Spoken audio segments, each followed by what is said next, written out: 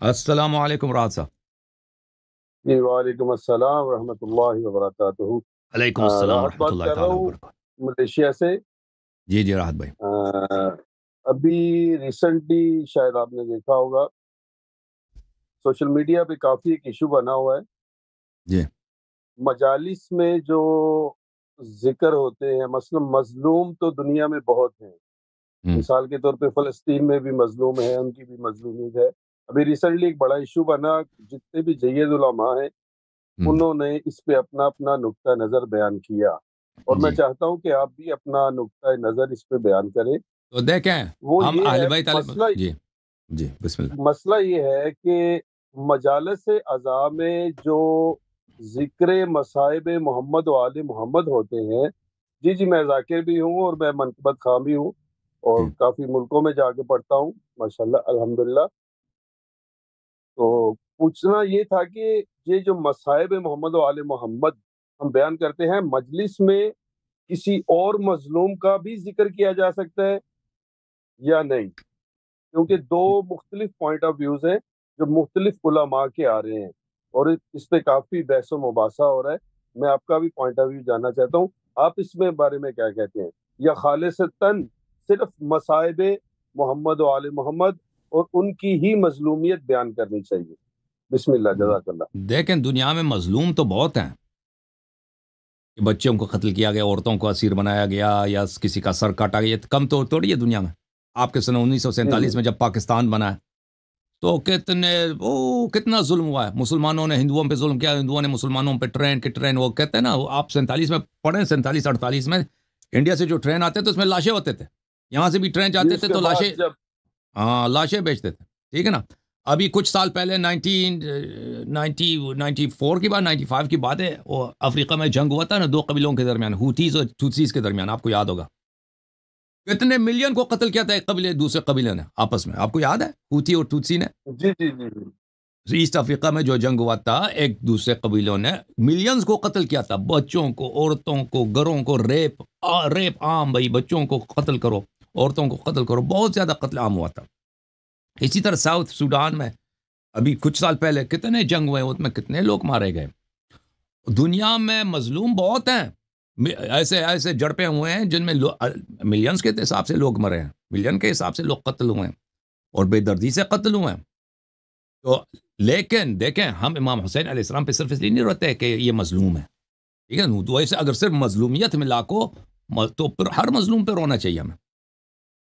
آپ کے اپنے پاکستان میں مظلوم کم ہے بھائی، آپ کے اپنے پاکستان میں ابھی عیسائیوں کے گھروں کو جلاؤ، ان کے بچوں کو یتیم بناؤ، ان کے ایک دفعہ ایک ماب آتا ہے، ایک بہت بڑا جلسہ ہوتا ہے، اس میں سے 10,000 کے لوگ جاتے ہیں، ایک قصبے پہ حملہ کرتے ہیں، وہاں پہ سب کے گھر جلاتے ہیں، ان عورتوں کو، بچوں کو مارتے ہیں۔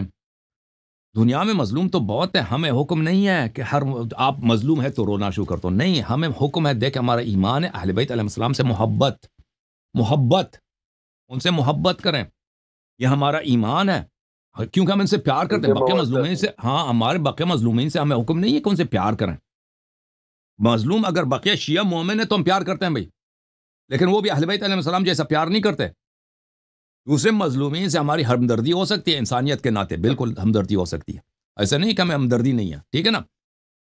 اگر کوئی مظلوم ہندو بھی ہے، مشرک بھی ہے، لیکن اگر کسی نے اس پہ ظلم کیا ہے تو ہمارا دل اس کے لیے تڑپتا ہے، ہمیں رقت آتی ہے، رحمت آتا ہے ہمارے دل میں، اس میں کوئی بات نہیں، لیکن ہمیں محبت کا حکم جو ہمارا ایمان کا حکم ہے کہ اس کے یاد کو منانا ہے، یاد کو زندہ رکھنا ہے، یہ مخصوص ہے اہل بیت علیہ السلام کے لیے، اور اہل بیت علیہ السلام میں امام حسین علیہ السلام کے لیے، ٹھیک ہے نا، امام حسین علیہ السلام کے لیے۔ تو یہ امام حسین علیہ السلام سے محبت کے لیے اور ان کی مودت کے لیے، رسول اللہ صلی اللہ علیہ وسلم سے مودت کے لیے، امام حسین علیہ السلام کے سے مودت کے لیے، ان کی مظلومیت پہ ہم روتے ہیں، اور ان جیسا مظلومیت کوئی مظلومیت دنیا میں نہیں ہے۔ کیوں؟ کیونکہ ان کا زخم ہمارے دل میں بہت گہرا ہے، اہل بیت علیہ السلام کا درد ہمارے ارواح میں، ہمارے قلوب میں، ہمارے دلوں میں اس جیسا درد کوئی نہیں، کیونکہ ہم ان سے محبت کرتے ہیں۔ بقیہ مظلومین سے ہماری ہمدردی ہو سکتی ہے، ہمدردی، لیکن ان سے محبت نہیں ہے کہ ہم ان کے عاشق ہوں، ہم ان کے دیوانے ہوں۔ ہمیں امام حسین علیہ السلام کا ہم دیوانے ہیں، ہم لذا یہ مجالس کس لیے ہے؟ اس لیے مجالس اس لیے کہ ہم امام حسین علیہ السلام ہمارے محبوب ہیں، ہم ان کے عاشق ہیں، ہم ان کے دیوانے، ہم ان کے دل دادے ہیں. امام حضرت علی اکبر علیہ السلام کے، حضرت علی اصغر علیہ السلام کے، حضرت عباس علیہ، حضرت زینب سلام اللہ علیہا کے ہم محب ہیں، ہم ان کے چاہنے والے ہیں، ان کو اپنا ایمان سمجھتے ہیں. تو اس لیے ہم گریہ کرتے ہیں. وَإِلَّا تو شیعہ علماء کو چاہیے تو اس بات کو اچھی طرح سے مد نظر رکھیں کہ ہمارے مذہب میں ایسی کوئی حکم نہیں ہے بھائی ایسے آپ مظلوم کے لیے رو لیں. دنیا میں اگر یہ ہو نا تو مظلوم تو بہت زیادہ ہے. جی ہاں، مظلوم دنیا میں بہت ہے کہ مظلوم کے لیے رونا شروع کر دو بھائی. یہ نہیں ہے، یہ مخصوص ہے اہل بیت طاہرین علیہم السلام کے لیے، اہل بیت ابرار علیہم السلام، ان کے لیے رونے. ٹھیک ہے نا. اور ان کے اعضاء میں ہم کسی اور کے اعضاء کو شامل نہیں کر سکتے. کہ یہ حکم اہل بیت علیہ السلام کی جانب سے حکم ہو کہ بھائی تم جب امام حسین علیہ السلام کے لیے رو لو تو بھائی فلان قبیلہ بھی لوگ بیچارے مر گئے. نہیں، یہ اہل بیت علیہ السلام کے لیے. ہاں یہ ہے کہ اہل بیت کی شیعوں پہ اگر کوئی ظلم ہوتا ہو، ان پہ اگر آپ روئیں، ان کی ثواب ہے. کوئی اگر شیعہ کوئی آپ کا وہ چاہے پاکستانی ہے، وہ اس سے فرق نہیں پڑتا، لبنانی ہے، کہیں بھی ہے، اگر شیعہ پر شیعہ ہونے کی وجہ سے ظلم ہوتا ہے، آپ اس پہ روتے ہیں تو اس کا اجر و ثواب ہے. اس عزا، اس مصیبت میں کوئی حکم نہیں کسی اور کو آپ شریک کریں. یہ سب اس کے سیاسی مقاصد میں سیاسی اہداف ہیں. یہی جو کہتے ہیں نا فلسطین کے لیے رو لو. کچھ سال پہلے روس نے چچنیا میں کیا کیا تھا؟ آپ چچنیا کو پڑھیں نا. یہی جو ابھی غزہ میں ہوا ہے اس سے 10 گنا زیادہ چچنیا میں ہوا تھا. زیادہ ہوا. اس سے 10 گنا زیادہ پوٹن اور یلسن صاحب نے، اس زمانے یلسن صاحب کا زمانہ تھا، پوٹن اس کا بڑا عہدے دار تھا. یہ چیچنیا میں ایسے تباہی مچا دی. یہ غزہ اس کے سامنے کچھ بھی نہیں ہے. آپ ابھی انٹرنیٹ میں سرچ کریں، امیجز میں جا کے، ڈسٹرکشن ان گروزنی اس کا دارالخلافہ ہے، چیچنیا کا دارالخلافہ. کہ دیکھیں کہ روسی فوج نے کتنا وہاں پہ ریپ کیا ہے، کتنا بم پھینکے، بالکل ویرانہ کر دیا وہاں پہ کتنے لوگوں کو. یہ لوگوں نے، خامنئی صاحب نے یا ایرانی صدر نے اس زمانے میں، انہوں آج تک بالکل ساکت، ایک لفظ نہیں بولتے اس کے خلاف، ایک لفظ، ایک حرف نہیں بولتے کہ چیچنیا میں وہ بھی مسلمان ہیں، ان کے ساتھ کیا ہوا. ٹھیک ہے نا، ان کے ساتھ کیا گیا. اسی 95-96 کی بات ہے. آرمینیا کی فوج نے آذربائیجان پہ حملہ کیا. آذربائیجان ہمارے شیعہ بھائی ہیں، وہاں پہ ایسی تباہی کیا، عورتوں کو بے عزت کیا، جوانوں کو شہید کیا. ہمارے ٹھیک ہے، آذربائیجان کے گورنمنٹ اسلامی نہیں ہے، مذہبی نہیں ہے، لیکن وہاں کے لوگ تو شیعہ ہیں، ہمارے بھائی ہیں. وہاں پہ اتنی تباہی کیا. ایران نے کس کا ساتھ دیا؟ یہ ہمارے مجتہدین نے آرمینیا کا ساتھ دیا شیعہ کے خلاف. اور ایک لفظ نہیں بولا کہ یہاں پہ مظلوم مر رہے ہیں، ان مظلوم کی حمایت ہمیں کرنی چاہیے. کبھی ان کا یاد ہی نہیں کرتے بھائی. تو عرض یہ ہے میرے محترم ناظرین کہ ہمارے یہ اہل بیت علیہ الصلوۃ والسلام کی عزاداری میں انحراف کو قبول نہ کریں. اہل بیت علیہ الصلوۃ والسلام کے ساتھ کسی اور کو شریک نہ کریں. مظلوم دنیا میں جتنے مظلوم ہیں، ہمیں ان سے ہمدردی ہے بھائی. ہمیں کبھی خوشی نہیں ہوتی کہ کوئی کسی، آپ کو خوشی ہوتی ہے بھائی اگر کوئی کسی پہ ظلم کرتا ہے؟ آپ کو خوشی ہوتی ہے؟ ہمیں خوشی نہیں ہوتی بھائی اگر کسی بنگالی ہندو ہے کوئی اس کو مارتا ہے. ہم اگر دیکھیں ہمارے دل کو ترس آتا ہے، رحم آتا ہے. ہم سے اگر مدد ہو سکے مدد بھی کریں گے، روکیں گے کہ بھائی اس کو نہ مارو. لیکن جو عزاداری مقدس ہے، جو عزاداری سبب نجات ہے، جو عزاداری عبادت ہے، جس عزاداری کا اہل بیت علیہ السلام نے حکم دیا، امام حسین علیہ الصلوۃ والسلام وہ دیکھتے ہیں اور اس عزادار کے لیے وہ اللہ سے استغفار کرتے ہیں، اللہ سے دعا کرتے ہیں. حضرت بی بی سلام اللہ علیہ ان کے لیے دعا کرتے ہیں. یہ اہل بیت علیہ السلام کے لیے، اس میں کسی اور کو ہم شریک نہیں کر سکتے. یہ صرف اہل بیت علیہ السلام اور اہل بیت علیہ السلام کے وہ شیعہ جن پر ظلم اہل بیت علیہ السلام کی شیعہ ہونے کی حیثیت سے ہوتا ہے، کہ اگر وہ شیعہ نہ ہوتے تو ان پہ ظلم نہ ہوتا. ان کے لیے مخصوص ہے بھائی. ٹھیک ہے نا. اور وہ سب میں، اور ان سب عزاداری میں جو اساسی ہے، بنیادی عزاداری ہے، جس پہ زیادہ زور دیا گیا ہے کہ بقیہ ائمہ علیہ السلام پہ سے بھی زیادہ ان پہ عزاداری کیا جائے، وہ کس کی عزاداری ہے؟ حضرت سید الشہداء امام حسین علیہ السلام کی. جی ہم، یہ میرا عرض ہے. اچھا، ریسنٹلی تو ابھی ایک علامہ صاحب، میں نام نہیں لینا چاہوں گا، انہوں نے تو یہ بھی کہہ دیا کہ جہاں آپ علم عباس، حضرت عباس کا علم نکالے تو ساتھ میں فلسطین کا بھی ایک علم نکالے. ریسنٹلی تو انہوں نے یہ بھی کہہ دیا.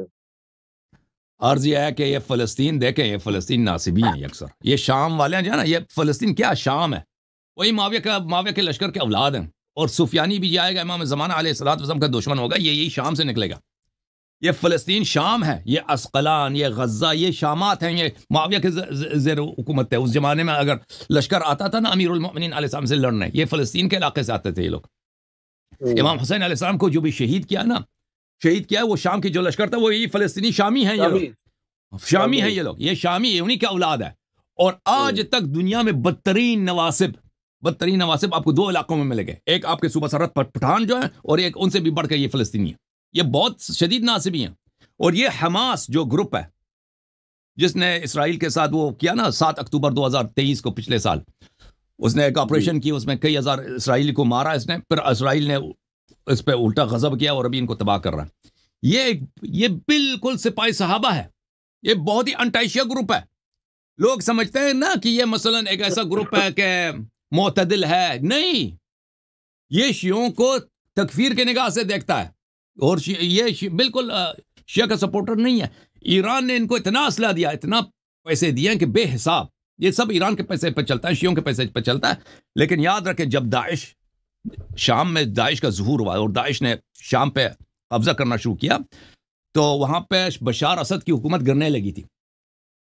تو اس وقت ایران نے جو آپریشن شروع کیا تھا وہاں پہ پاکستانی جو فوج ہے اس نے بنائی ہے زینبیون اور افغانیوں کی فوج بنائی فاطمیون، ان کو وہاں پہ بھیجا تھا لڑنے کے لیے. تو اس وقت حزب اللہ سے بھی مدد مانگا تھا. ایران والوں نے حماس سے بھی مدد مانگا تھا کہ تم بھی ہماری سپورٹ کرو، کیونکہ اگر شام گر جائے گا، بشار الاسد گر جائے گا تو ایک بہت اڈا ہے ہمارا. تو اس وقت انہوں نے انکار کیا تھا داعش کے خلاف ایک لفظ بولنے سے. پھر جب انہوں نے بہت اصرار کیا تو یہ بالکل شام سے نکل گئے. انہوں نے اپنا ہیڈ کوارٹر ان کا دمشق میں تھا، ڈماسکس میں ان کا ہیڈ کوارٹر تھا. انہوں نے وہاں سے نکال دیا اپنا وہ موو ہو گئے. پھر وہاں سے چلے گئے یہ لوگ، کیونکہ کہتے ہیں آپ داعش سے کیوں لڑتے ہیں. یہ داعش کے ساتھی ہیں، داعش جیسے ہیں یہ حماس والے. اور اللہ آپ کا بھلا کرے، سنہ 1990 میں جب عراق نے حملہ کیا تھا اس پہ کویت پہ، آپ کو یاد ہوگا کویت پہ قبضہ ہوا تھا. پھر امریکی فوج آئی تھی، ان کو کویت سے نکالا تھا. تو اس کے بعد عراق میں ایک بہت بڑی انسرکشن ہوئی، ایک بہت بڑی وہاں پہ شیعوں کی جانب سے بغاوت ہوئی. بصرہ میں، سماوہ میں، ناصریہ میں، کربلا اور نجف میں. اور اس کا سینٹر کربلا نجف تھا. شیعوں کی جو بغاوت ہوئی ہے 1990 میں صدام کے خلاف. یہ سب صوبے آزاد ہو گئے بھائی. عراق کے سب جو شیعہ والے صوبے تھے نا آزاد ہو گئے، اور صدام کا سقوط حتمی ہو گیا. کیونکہ بش نے بھی کہا تھا، اس وقت امریکہ کا صدر تھا جارج ہربرٹ واکر بش، اور یہ چھوٹے بش کا جو باپ ہے، اس نے اپیل کی تھی کہ آپ اٹھ جائیں، صدام کو ہٹا دیں. تو شیعہ اٹھ گئے تھے بھائی. شیعوں کو ویسے بھی صدام سے نفرت تھی، تو ان کو اچھا موقع نظر آیا تھا کہ شیعوں کو کہ صدام کو ہٹایا جائے. تو اس وقت میرے عزیزوں، صدام کے جو اسپیشل فورسز تھے سب فلسطینی تھے. آج تک جو ہے نا کویت جو ہے فلسطینیوں کا ساتھ نہیں دے رہا. آپ کو پتہ کیوں؟ کیونکہ صدام نے جب کویت پہ قبضہ کیا تھا تو ان کویت میں انہی فلسطینیوں نے کویتیوں کے ساتھ وہ کام کیے تھے نا، ریپ کرو، ان کے پیسے لوٹو، ان کے کاروبار کو لوٹو، ان کے مال کو اٹھا کے بغداد لے کے جاؤ. ان کو بھی بڑی نفرت ہے فلسطین سے، کویتیوں کو، انہی 1990 کی وجہ سے. تو ان کا اس زمانے میں آپ کے عراقیوں سے پوچھے جنہوں نے صدام کے دور کو دیکھا، وہ ہم نے تو نہیں دیکھا، تو وہ ہمیں بتا رہے ہیں کہ صدام کے زمانے میں کویتیوں کو بڑی سہولیات تھیں عراق میں. بہترین یونیورسٹیز میں ان کو داخلے ملتے تھے، ان کے لیے بہترین بنگلے، بہترین اپارٹمنٹ بلڈنگز، ان کے ہاتھ میں، ان کے پاس اسلحہ ہوتا تھا. وہ چیزیں جو عراقیوں کے پاس نہیں تھا ان کے پاس ہوتا تھا. اور یہ سب اسپیشل فورسز میں تھے، صدام کے اسپیشل فورسز میں. تو صدام نے کیا ان کے اسپیشل فورسز کے تھرو کربلا اور نجف میں آپریشن کیے شیعوں کے خلاف. اور حرم حضرت عباس علیہ السلام میں کئی ہزار لوگوں کو انہوں نے شہید کر دیا. حضرت حرم امام حسین علیہ السلام پہ حملہ کیا، حرم مطہر کو توپ کی گولی سے مارا.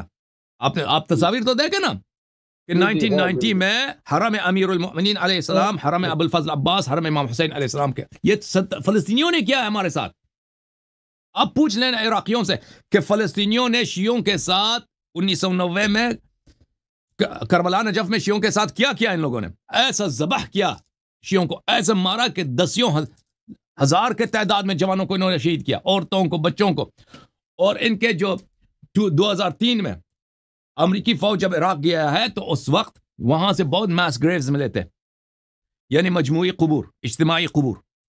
وہ کب کے زمانے کی بات ہے؟ ہاں، فلسطینیوں نے جب آپ کے جوانوں کو مارا تھا، ہمارے بھائیوں کو مارا تھا. تو میرے عزیز، میرا مطلب یہ نہیں ہے کہ میں خوش ہوتا ہوں کہ اسرائیل جو ہے غزہ کو تباہ کر رہا ہے. نہیں، اس میں میں خوش نہیں ہوتا.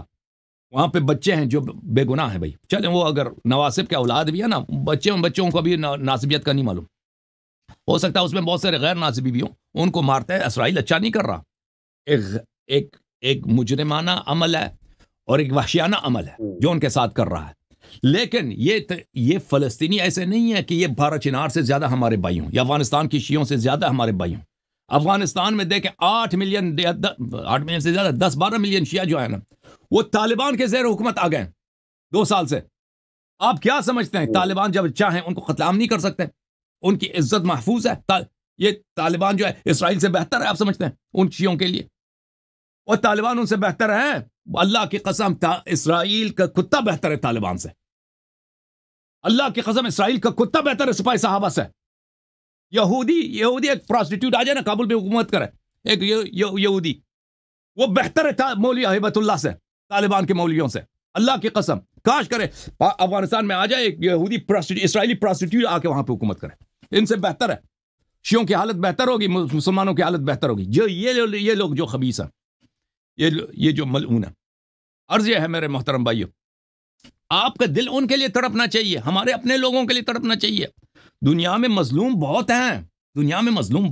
چچنیا میں مظلوم ہیں. آپ کے کاشغر میں، چائنا مسلمانوں کے ساتھ کیا کر رہا ہے؟ اور چائنا وہ تو اسرائیل سے بدتر ان کے ساتھ کر رہا ہے. چائنا کاشغر میں پتہ آپ کو کیا کرتا ہے؟ جو مسلمان مذہبی ہو نا اس کو پکڑ کے لے کے جاتے ہیں کہ ری ایجوکیشن کیمپ ہے. ری ایجوکیشن کیمپ میں وہ 2 سال 3 سال وہاں پہ رہے گا. روزانہ اس کو شراب کھلائیں گے، سور کا گوشت کھلائیں گے اور اس کہیں گے کہ نماز پڑھنے کی اجازت نہیں ہے، اور اس سے غلط افعال دین کے خلاف نکالیں گے. اور اسی وقت ان کے عورتوں ان کے گھر میں اس کے عورت کے ساتھ ایک چینی مرد کو بیچتے ہیں کہ جاؤ اس کے بیوی کے ساتھ تم رہو. یعنی بالکل اسلام کا خاتمہ چاہتے ہیں چائنا سے کہ وہاں پہ کوئی مسلمان نہ رہے. ویسٹ چائنا میں جو مشرقی ترکستان ہے، کاشغر اورمچی وغیرہ میں، وہ آپ پڑھیں اس کے خلاف خامنی کیوں ساکت ہے؟ یا آج سے تو شروع نہیں ہوا نا چائنا جو کر رہا ہے، یہ تو کئی سالوں سے جاری ہے سلسلہ کاشغر میں ہماری یلغور بھائیوں کے ساتھ. تو عرض یہ ہے کہ فلسطین کا جو مسئلہ ہے فلسطینیوں کے ساتھ ہو رہا ہے، جو کچھ ہو رہا ہے برا ہو رہا ہے. لیکن یہ کوئی شیعہ کاز نہیں ہے، یہ ہماری بقا کی جنگ نہیں ہے. فلسطین ہماری بقا کی جو جنگ ہے وہ پارا چنار ہے. وہ افغانستان کے شیعہ، ہمارے اپنے شیعہ اتنے مظلوم ہیں، دنیا میں مر رہے ہیں، انہیں ہمیں پرائیورٹی دینا چاہیے، نہ کہ ہم دوسروں کے لیے تڑپیں مریں. اللہ آپ کو جزائے خیر دے میرے بھائی، اللہ آپ کو عزت دے. اور پھر امام حسین علیہ السلام کی آزاداری میں نواسب کے پرچم کو بلند کرنا، یہ بھائی یہی بات ہے کہ دین کو ہائی جیک کیا ان لوگوں نے نا. دین کو ہائی جیک کیا ہے کہ دین کو اپنے سیاسی مقاصد کے لیے استعمال کرو، شیعہ پاور کو استعمال کرو اپنے ان کے اپنے جو ملکی مفادات ہیں یا اپنے حکومتی مفادات ہیں. جی سر، اللہ آپ کو عزت دے. کچھ اور کہنا چاہیں؟ مولا آپ کی توفیقات میں اضافہ فرمائے. تھینک یو سر، اللہ آپ کو عزت دے. بہت شکریہ تھینک یو میرے بھائی، اللہ آپ کو عزت دے. اللہ آپ کو سلام تھی.